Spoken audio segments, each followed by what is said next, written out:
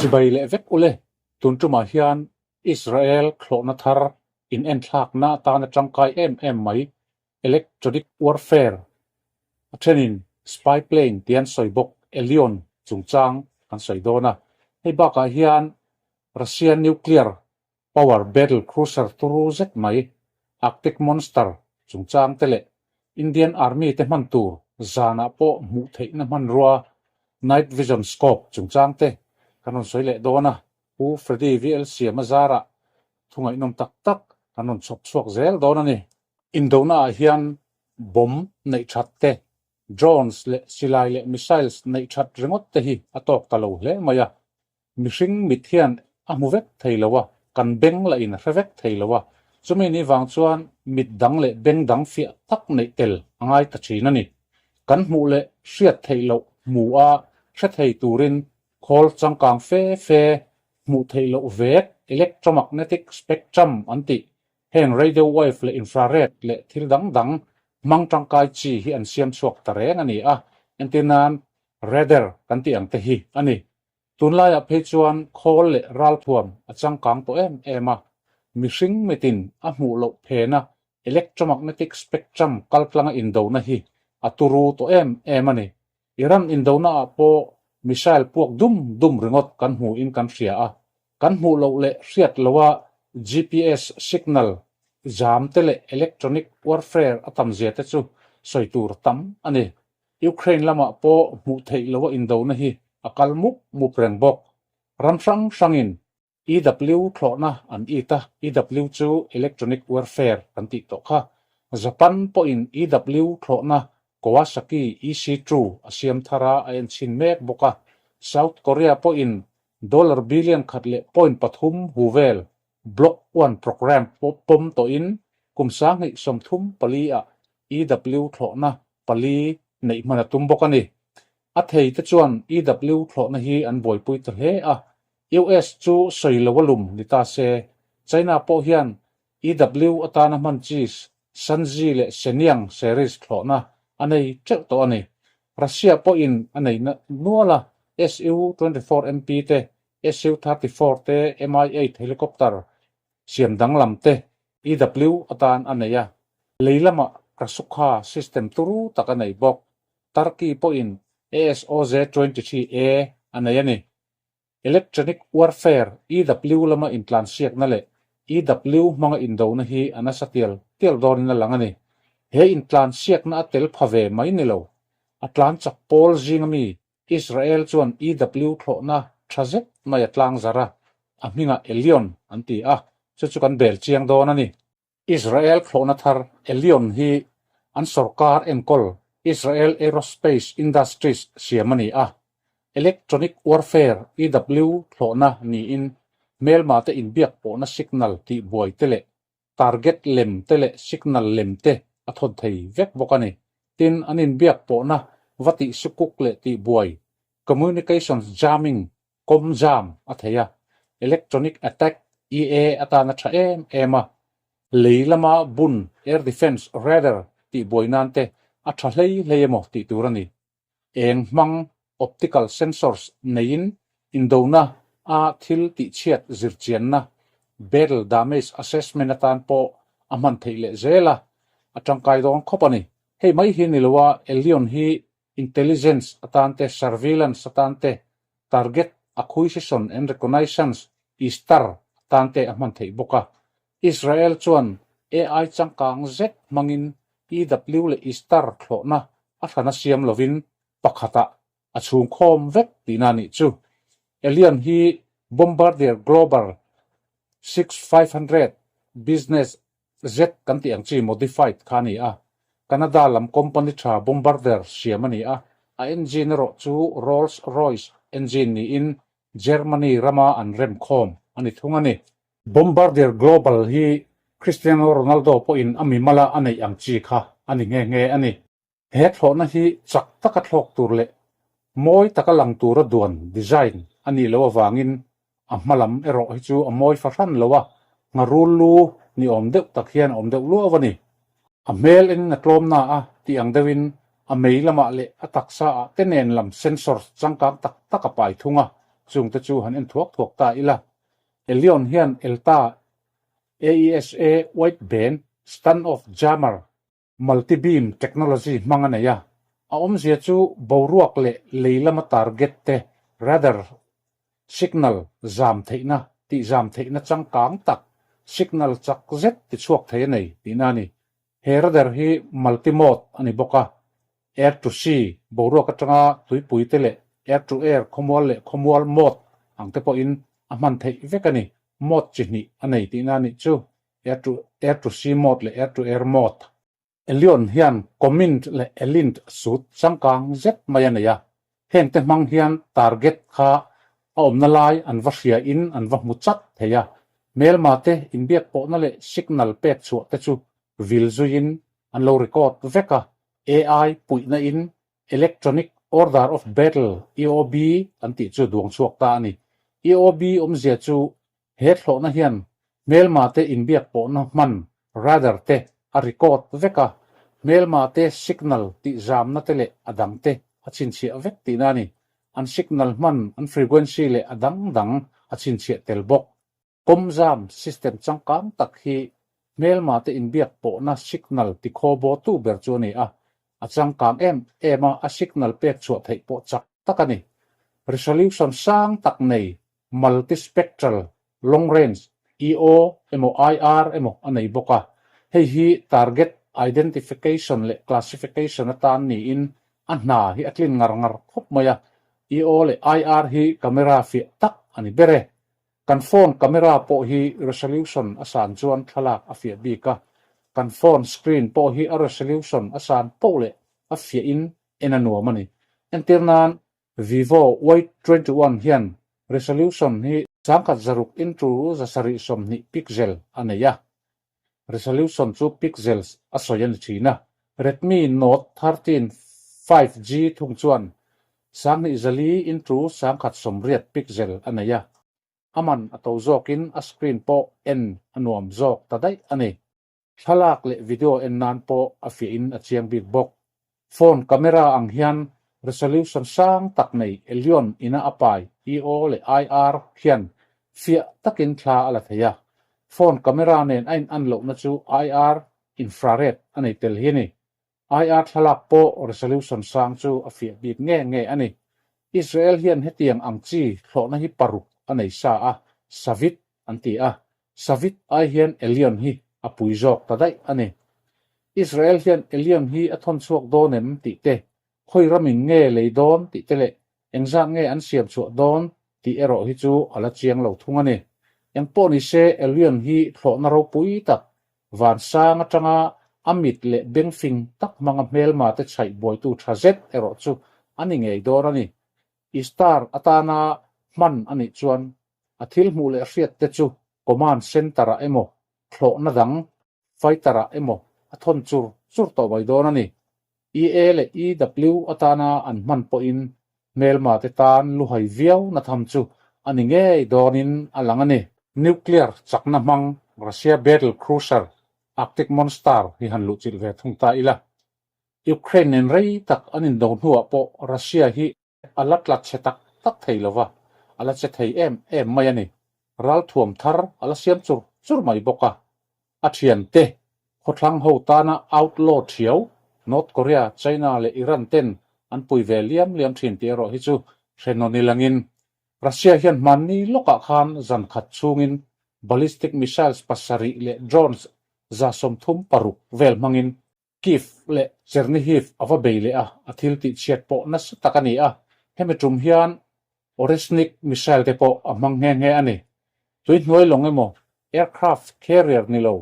surface combatant ship nuclear mang hi kan hreto ngayem ka hrelowa kan hrelo ni poina mak thanlo achan chu Russia chawin anei tlatatin ni Russian Navy man Kirov class heavy nuclear power missile cruiser Admiral Nakhimov chukum kumin kumtop lam hian a service le man be sayani helong turu takhi kumsa ka zakwa somkwa pakwa an chol tir to kha ni in tuna hian toithar le chiamin man le zai an rel don ti commander in chief of Russian Navy Admiral Alexander Moiseev chuananem heta กุมสังหิโซมาคานAdmiral Nakhimov ตัวทะเลนโปรแกรมปมอันนี้ตัวเฮโปรเจกต์ฮีโคเวล่า Navy Project เลียนเลตุรูเบอร์ปอลนี่ปุยเห็มตักอันนี้รัสเซียนเฮาทิลตีฮีตัวน่ะเฮียนตุยปุยอันเอ็นชินเจ้าเจ็บตัวกุมโตปะอินโดตูรินอินไปอัดมันเมลตาฟูบยันนี่กันหันสอยทะเลชันจูกิรอฟคลาสคอมบัตชิปฮีโคเวล่านิวเคลียร์จากน้ำมังลง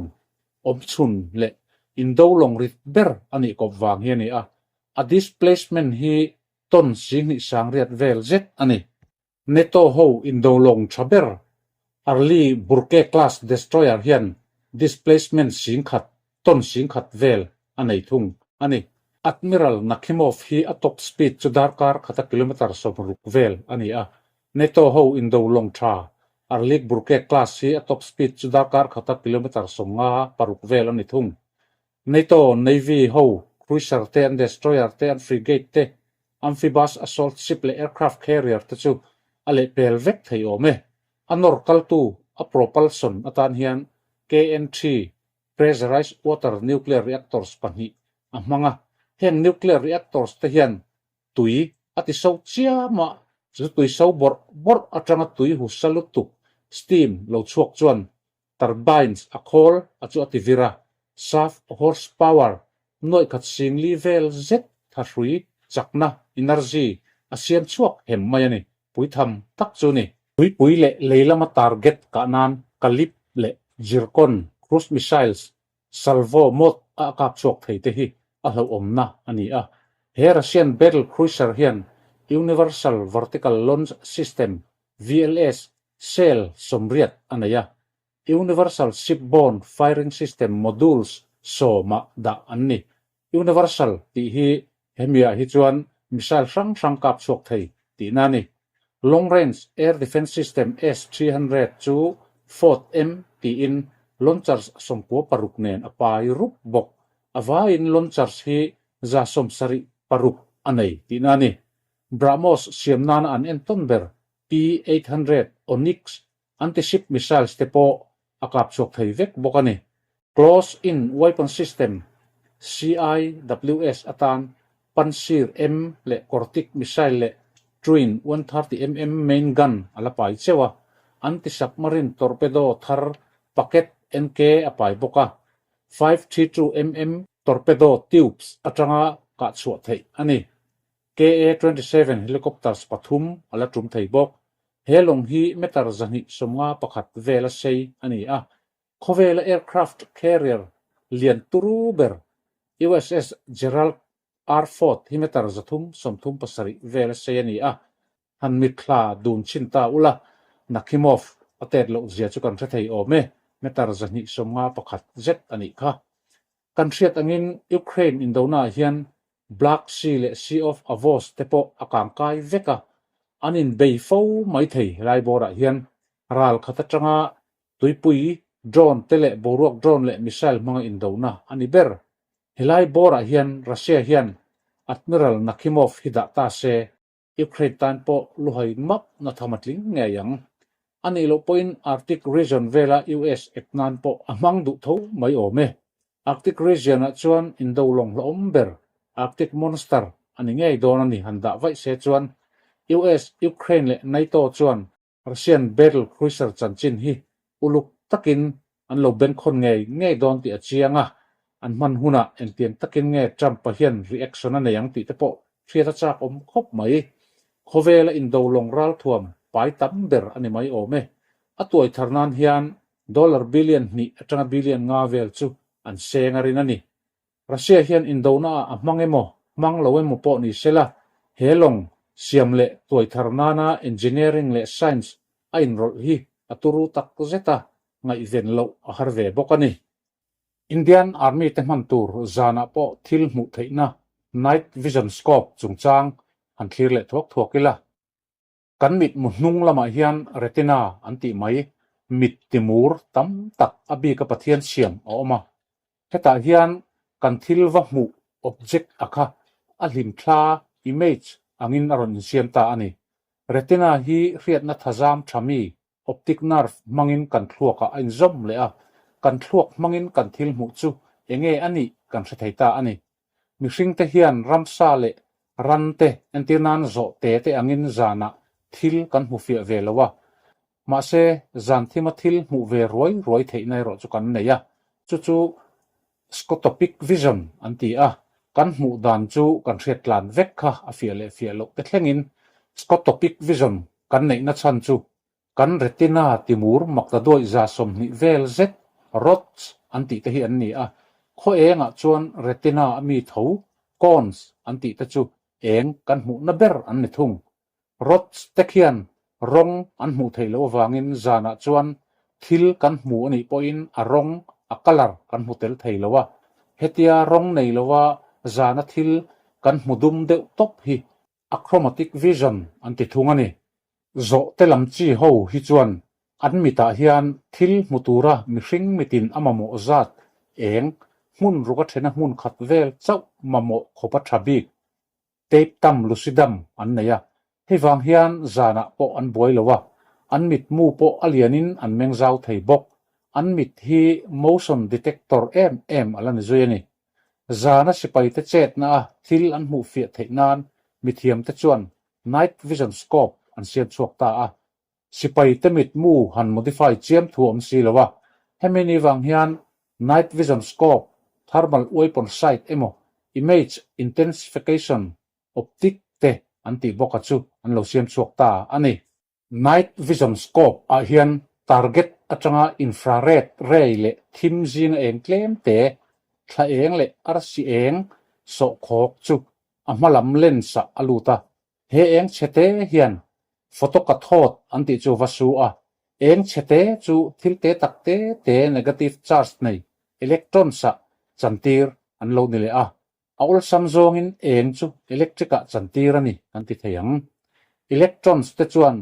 microchannel plate anti chu an vasu le a asang asing te la iti pun an lo ni ta vut mai thina ni chutianga electrons tam na men lo te chuan abi ka siam screen changkang z phosphor screen an vasule zela heta hian electrons te chu an eng an glow ta ani man lai tv kan ti mai an hnung pong kha cathode ray tube crt mangani a crt chu electrons eng glow a in hat hi ani electrons eng awang hian target chu adumin background hringa alang tamai ani background hi a hrin na chan chu kan mit hian rong hring a hmu the em wang ani a anti hring ran pa kherlo phosphor chu elements rang tam tak bel khom na siam ani a amalama kar soi te khi ranglu tukin athleng vekani chumi chu vasu le a anan ti dot te kha muang chang athleng nilovin mit khap kar lawa ranglu tukin athleng vek tina ni chu night vision scope na tho dan hi meishi chete kan han chema an han chem wam hama anua na satakin aron al hloi ang po hian angai thei ome zana thil mu theina night vision scope a chuan eng chete kha na sataka ti len le ti bel cha amplified ani tina ani taberani tuna kan soi tur indian scope thar hi nitro nw 3000 night vision ani a west bengola in kul ral thom lam siam tu mku te siam ni in tuna hian indian army te manatan sangli vel ahun takapek thai tumin mongvom ba ang mainan boy mekani he scope hi indigenously designed developed and manufactured ante de khera atoi zongin za india rama design le siam chu ani ti nani ome chuti rol chuan aman rol le apat za somnga pakhat vel chau hi india ram kuchuak ani thunga ramdang siam manrua za somli pakwa vel an mangani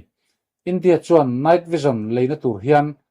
cheng vaibel chezaruk somruk huvel nikum oktobara khan apom to a singni sangko zasari somruk pani leithar tumani a tuna kan soi hi he project phase 1 ani a he project hlotlin nama saber tur hi ani he man rosiam tu mku le indian army ten contract an zia ma khan nw 300 hian en chin na chi sang khir khan z apal tlang phota hen en chin na hian kum khat don aw nge ni ministry of defense du dan thlapakal pui vek ani bok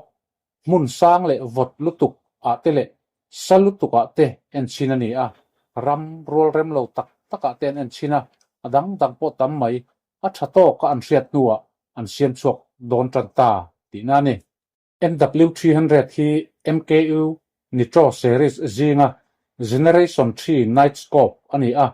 Indian Army tena assault rifles an man mek 6716 ate po vo tumani MILSTD 1913 pikatay ni rails nen ain mil khlap awangin silai modify ngai lovin avo zung thayanga hei hi athat na pakhat ani NW300 hian built-in infrared illuminator anei boka IR illuminator hian RC le thlaeng po omlo na po sipai chu target a hmu tir thei don ani engtin nge a hmu tir theiang IR illuminator hian mihring mitin a hmu thei lo infrared lumna ape chuaka melma target vasu in alo aron so khokanga IR so khok chu night vision lens a alutanga achunga kan soyang khian alut chhoje mai don ani heng zong hi ma kan soyang che khan ranglu tukin thokle khata athleng hal vek don ani motion detector manga thuam alani chewa target che chu lomanin mu thei image achan tir thei don bokani NW300 lansak na ber chu a sensor technology changkang tak hi ani a generation 3 night vision sensor technology manga thuam ani a eng lut zat control hi automatic ani a mihring in rolangai lo phosphor screen changkang P43 le P45 amang bok an silaya he night vision hi an vo chuan sipai te po ring na ura hoi zuk ngai reng kha aom nep don ta le maya a sensors te hi apui mawang hian sipai tan po a hadam thak ta don hle ani a siam tu company hian kumsom chung chu Indian Army hena a maintenance and call zuile a training support te po an pedon bokani he night vision hian metar zanga velami target avahmu in avaman theya metar zathum velami target ruang am tlang pui thiat thei bokin metar za velami phei chu chiang takin enge ani a riat thei donani India in night vision scope thazet mai anei thuai tur hi alomom tak zetani khati chin kha ni le ri phot selangin ngai thatu te zong lalpan malsom le theu ro se